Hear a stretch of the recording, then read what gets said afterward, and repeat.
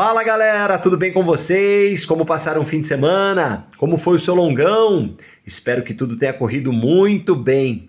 Esse final de semana nós sentimos falta de muitos atletas no nosso treino de longa distância.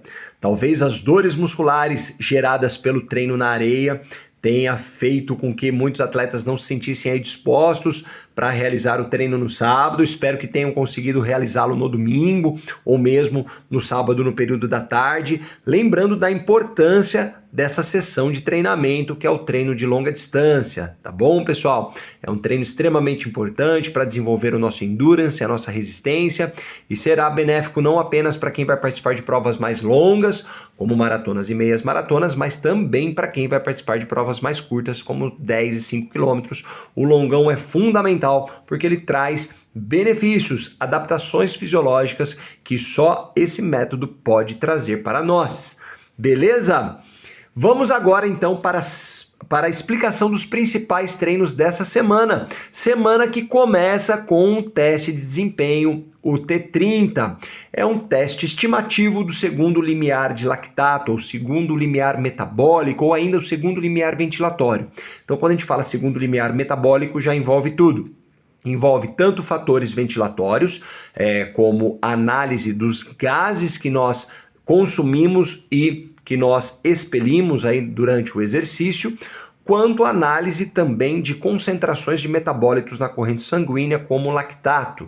Então, quando a gente fala que é um teste estimativo, ele vai estimar justamente esse segundo limiar, tanto ventilatório, segundo limiar de trocas gasosas, quanto metabólico, quanto o segundo limiar de lactato, que seria uma análise de um metabólito, de um subproduto do metabolismo durante o exercício, que também nós vamos identificar esse limiar, esse ponto limite de transição entre um exercício aeróbico estável para um exercício aeróbico com grande participação anaeróbica que se torna instável, que se torna insustentável por longos períodos.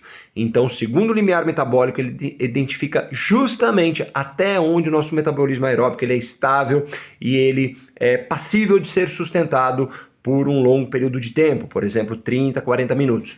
A partir desse ponto, desse limite, desse limiar, nós entramos então em fadiga rápida, tá bom? Quanto mais acima desse limite nós estivermos, mais rápida será a nossa fadiga. Abre-se uma contagem regressiva para a nossa manutenção do esforço nessa intensidade específica, tá? Então, numa intensidade supralimiar, nós estamos aí com o tempo contado, pouco tempo para nós não conseguirmos mais sustentar essa velocidade.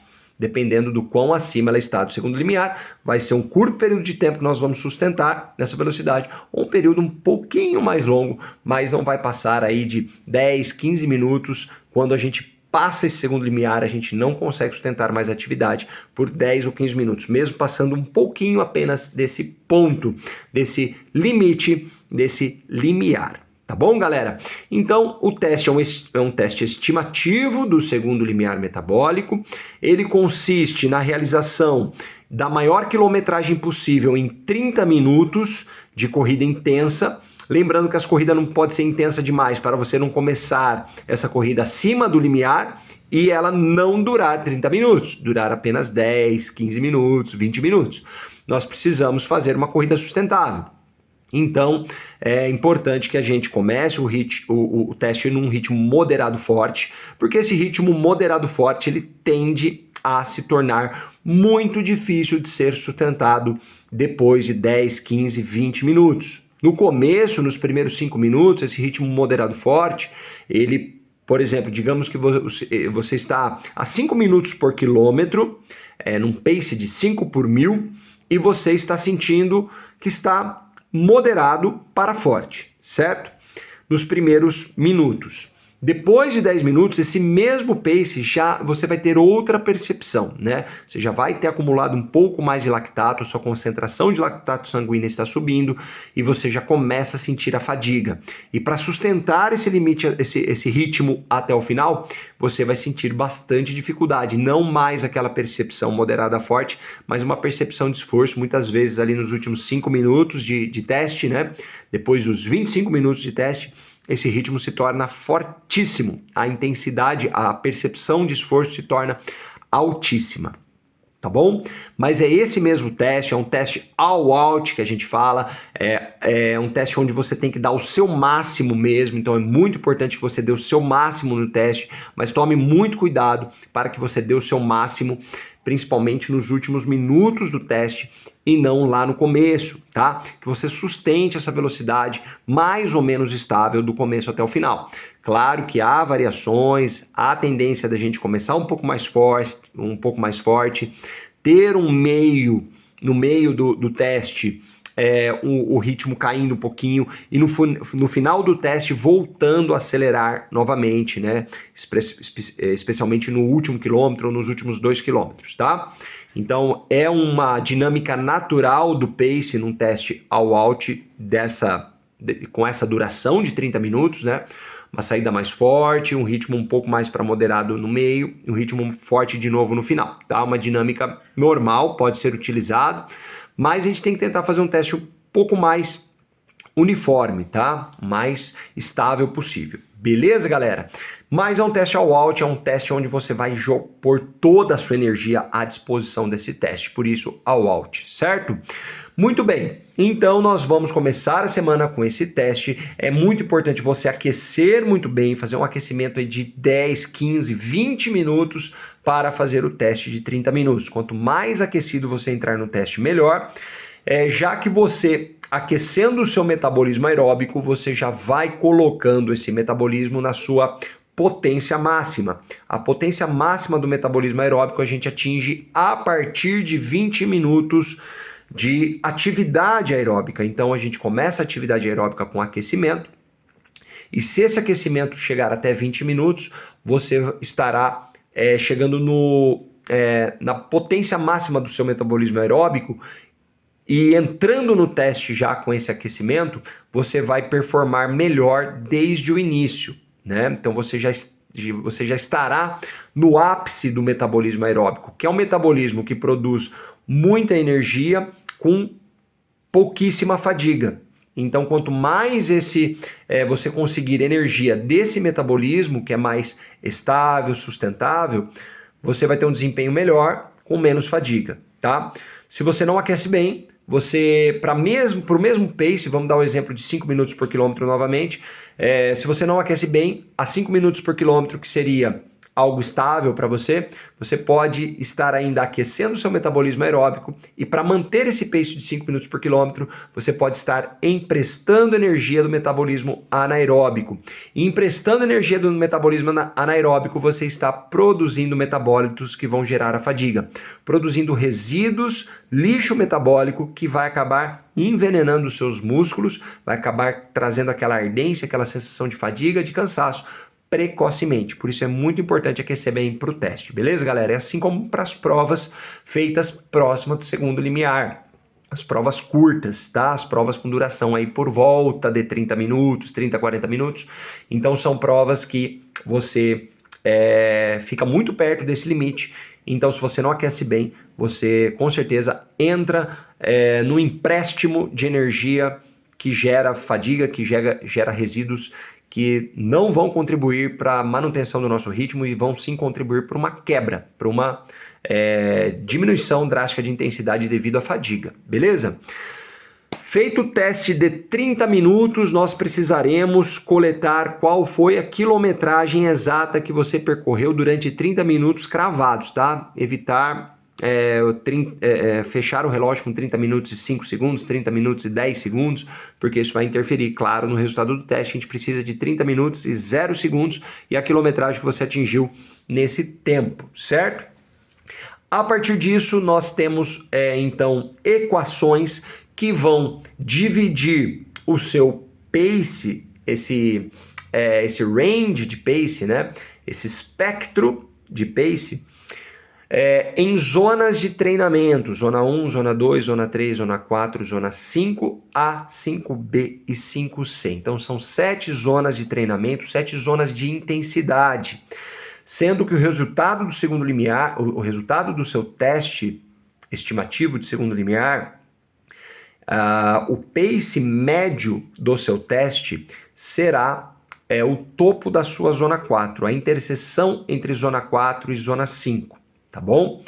Até onde vai a corrida sustentável é o topo da zona 4, a velocidade mais alta dentro da sua zona 4 ainda é sustentável. A partir dali entra na zona 5A, que já estamos falando então de corridas que não são sustentáveis por muito tempo, estamos falando de treinos intervalados a partir daí. Na 5A, treinos intervalados mais longos, na 5B, treinos intervalados de distâncias moderadas, distâncias médias, e na 5C, treinos intervalados de distâncias curtas. Muito bem, galera. Então, com esse dado em mãos, nós vamos calcular as suas zonas de treinamento para atualizá-las. Para aqueles que já têm a sua zona de treinamento, nós fazermos uma atualização desse seu material didático para que você possa sempre treinar certo. Ah, eu tenho ali uma rodagem zona 1, então você precisa estar dentro do pace de zona 1. Eu tenho uma rodagem zona 2, mesma coisa. Eu tenho um treino intervalado em Z5B. Então você vai ter a faixa de pace da Z5B. Para esse exemplo que eu dei de 5 minutos por quilômetro, sendo o limiar, o segundo limiar de lactato, né, o segundo limiar metabólico, então o topo da zona 4, uma zona 5B estaria ali num pace aproximadamente de 4,30, 4,20. Então, se é um treino, sei lá, de tiros de 1.000 metros feito na zona 5B, você tem que fazer nesse pace. Então, isso vai ajudar com que a gente treine certo, porque é muito comum o atleta amador ele treinar errado. Ele treinar os treinos leves, forte demais, e os treinos fortes, leve demais. Então, se o treino é leve, ele pensa o seguinte: tá muito leve, vou apertar um pouquinho. E acaba saindo, por exemplo, de uma zona 1, de uma zona 2, entrando numa zona 3 ou mesmo numa zona 4. E a gente não vai ter as adaptações fisiológicas que a gente pretende com a zona 2, com a zona 1, que é uma adaptação fisiológica de endurance, aeróbica, sem consumo de glicose muito alto, né? Sem um consumo de glicogênio muito alto, sem a produção de lactato. A gente está procurando ali outras adaptações fisiológicas, que é a melhora da capacidade das mitocôndrias de oxidar gordura. A gente está trabalhando o metabolismo oxidativo das gorduras, a gente está trabalhando uma energia que entra de fora para dentro do músculo, que vem pela corrente sanguínea, que é o oxigênio, por exemplo. Então, com essa perfusão da corrente sanguínea na musculatura, nós vamos começar a desenvolver mais capilaridade do sistema vascular no músculo. Então, a gente quer desenvolver uma maior irrigação sanguínea na musculatura. Então a gente tem objetivos específicos com esse tipo de treino leve. E também a gente não quer gerar fadiga, a gente não quer gerar um desgaste que vai atrapalhar o treino forte. Depois de 2 dias você tem um treino forte para fazer, você ficou cansado do primeiro treino porque você não treinou direito, você não treinou na zona leve, você treinou numa zona moderada. Isso já vai causar um desgaste e você vai acabar no treino de alta intensidade não rendendo quanto poderia, o quanto deveria. E ali a gente procura outros tipos de adaptações, como uma melhor remoção de lactato de íons de hidrogênio da corrente sanguínea, uma melhor reconversão dessas moléculas em glicose, em glicogênio, novamente vai acontecer lá no fígado, né? Então, são os treinos intervalados de alta intensidade, eles vão agir de uma outra forma na nossa fisiologia, no nosso metabolismo, trazendo outros benefícios. Então, se você não faz um direito nem o outro, você não cumpre com nenhuma das adaptações, você não vai ter da melhor forma possível, no melhor cenário possível, as duas adaptações, porque o treino forte você vai ter que puxar ele um pouquinho para o moderado, e daí você treinou 2 treinos moderados, e você vai ter as adaptações dos treinos moderados que nem sempre são tão positivas quanto a do treino leve, a do treino intervalado de alta intensidade. Por isso que o modelo de polaridades que a gente trabalha principalmente no período de base, ele é tão importante porque ele traz adaptações muito boas. Alguns autores vão chamar esse treino no ritmo mais moderado de junk miles, né? Que é milhas lixo, quilômetros lixo. São quilômetros que você faz no moderado, que ele te fadiga, porque ele não é leve, e ele também não vai trazer adaptações do treino intenso. Então você acaba não adquirindo muito fitness com esses treinos moderados. Claro que eles têm a sua importância, eu não concordo com essa ideia de junk miles, de milhas lixo. eles têm uma função muito importante, principalmente no período específico, que logo a gente vai começar a trabalhar, que é justamente os treinos ritmados, é marcar o ritmo da prova, né? É ensaiar mais o ritmo da prova. Mas realmente não é um ritmo que a gente faz muito na base, certo? Muito bem. Dito isso, então, vocês terão uma nova planilha de paces para poder treinar corretamente dentro do pace-alvo de cada treino. E também essa ferramenta nos ajuda muito a predizer o ritmo das provas que vocês irão participar. Então nós vamos predizer com precisão qual o ritmo você deve manter, né, aproximado, né, o range, um espectro de ritmo que você deve manter numa prova, seja ela de 5 km, de 10, de 21 ou de 42, com bastante assertividade, com bastante fidedignidade, nós vamos então conseguir predizer um bom ritmo para você fazer a prova, um ritmo que seja o melhor cenário possível para você ter a melhor performance, sem quebrar, forçando o ritmo demais e sem também deixar a desejar, fazendo um ritmo leve e tendo a sensação de que você poderia ir melhor na prova. Quem pode falar muito sobre isso, né? Todos os alunos que fizeram maratonas aí, que a gente prediz um tempo de uma prova longa, e quanto maior a prova, né, mais difícil você ter precisão nessa predição do ritmo da prova. E a maratona é bem difícil predizer o ritmo que nós vamos fazer, mas incrivelmente, ou melhor, cientificamente, a nossa metodologia é muito assertiva, ela é muito boa para predizer os ritmos, então os nossos atletas podem, inclusive, comentar aí no vídeo embaixo como a nossa metodologia funciona muito bem para predizer o ritmo de prova. Inclusive, um dos nossos atletas, o Felipe, a gente percebeu que tanto na maratona quanto agora nos 21 km do Mufato, ele tinha uma diferença muito pequena para bater certos recordes interessantes. Por exemplo, a maratona abaixo de 3 horas e a meia maratona abaixo dos 4 minutos por quilômetro. O Felipe está muito perto dessas marcas, mas longe o suficiente para o cálculo não indicar esse ritmo, né? Então nós conversamos bastante, eu e o Felipe, e ele estava ali a segundos por quilômetro dessas marcas. Então, na maratona, os cálculos não estavam levando a ideia de que ele conseguiria fazer abaixo de 3 horas, mas que sim, ele ia ficar entre 3:05 e 3:15. O Felipe fez 3:10 na prova, né? E agora na meia maratona do Mufato, o Felipe, ele queria fazer abaixo de 4 minutos por quilômetro. Agora eu não vou saber exatamente qual que... Eu acho que ia dar 1h18. Não. 1h20. Desculpa, não, nada a ver. 1h23, mais ou menos. 1h23, 1h24, por aí, tá? Entre 1h25 e 1h23 de meia maratona, de ritmo, de tempo final, tá? Então ele estava perto disso, de fazer ali a 3:59 por quilômetro, mas não perto o suficiente para conseguir, né? Eu falei para ele que estava entre 4:05 e 4:15 o pace, né? E o pace deu, se eu não me engano, 4:11, 4:12, 4:10. Então, os cálculos nos ajudam muito, é uma ferramenta importantíssima para a gente conseguir predizer o ritmo ideal para você realizar a prova, e eles costumam falhar muito pouco. Claro que, às vezes, uma condição climática extrema, um calor extremo, um frio extremo, chuva, vento contra, isso atrapalha bastante os nossos cálculos, não tem como a gente colocar essas variáveis no cálculo, né? Uma noite de sono mal dormida, esse tipo de coisa. Mas dentro das condições favoráveis e previsíveis, ele nos ajuda a prever bastante o resultado das provas, tá bom? E indicar para vocês o melhor ritmo possível, certo? Então é um teste importantíssimo para vocês realizarem, tá? O pessoal do treinamento à distância, procure um local plano para realizar esse teste e depois nos envie esse resultado, quantos quilômetros você rodou aí nos 30 minutos, tá bom?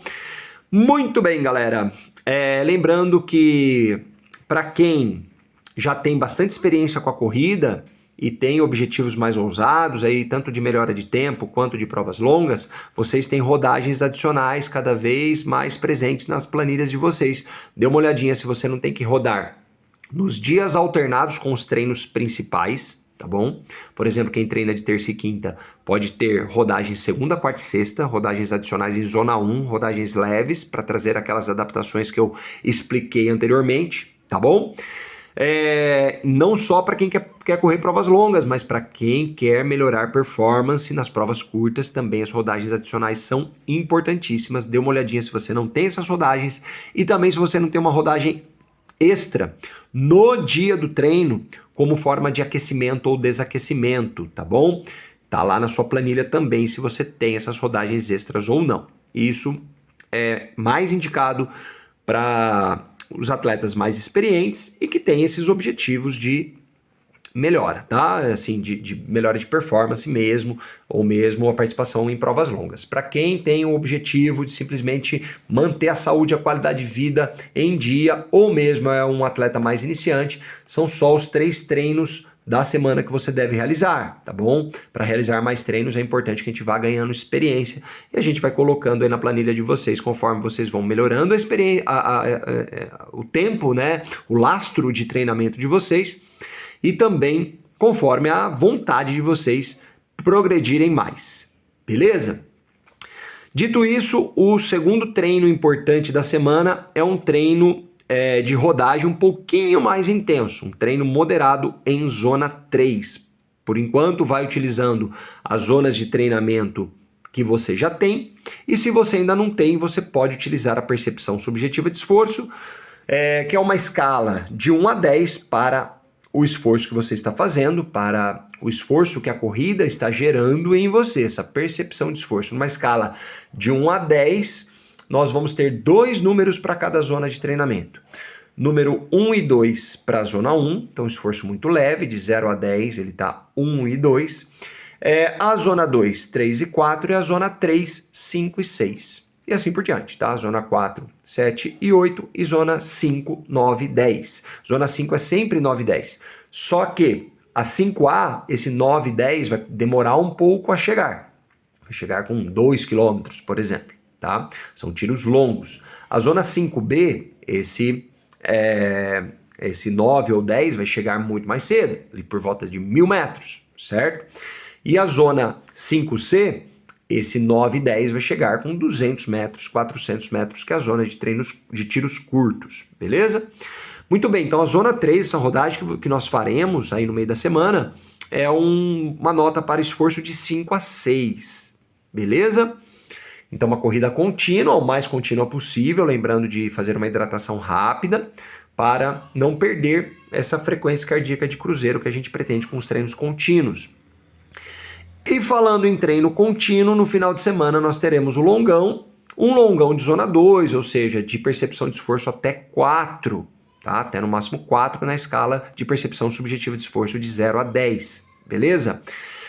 Então um longo leve, um treino leve, que para os iniciantes pode ser intercalando com caminhada ou mesmo para quem é bem iniciante caminhando o tempo todo, sem problema nenhum. O importante é fazer uma atividade aeróbica contínua de longa duração. Uma atividade aeróbica contínua de longa duração se encaixa perfeitamente com uma caminhada longa contínua de longa duração, tá? Beleza? Então, o treino longo é para todos, galera, para todos mesmo, é muito importante, certo? Ele dá uma saúde cardiovascular também, assim, excepcional. Então é muito importante realizar esse treino até como uma forma de proteção do seu sistema cardiovascular. Beleza? Então é isso, fico por aqui. E lembrando a nossa pizzada, hein, galera? Nós temos ainda algumas vagas, não fique de fora, é um evento que a gente faz apenas uma vez por ano e é sensacional para todo mundo que é de Londrina e para quem não é de Londrina, estiver por aqui no dia 17 de agosto, nós teremos então a nossa tradicional pizzada Carpe Diem. Então quem puder estar conosco, é um momento maravilhoso de muita troca de ideia, de muita resenha, de muita conversa, muita risada. E é isso aí, tamo junto. Beleza, galera? Ótimos treinos para vocês. Valeu, forte abraço!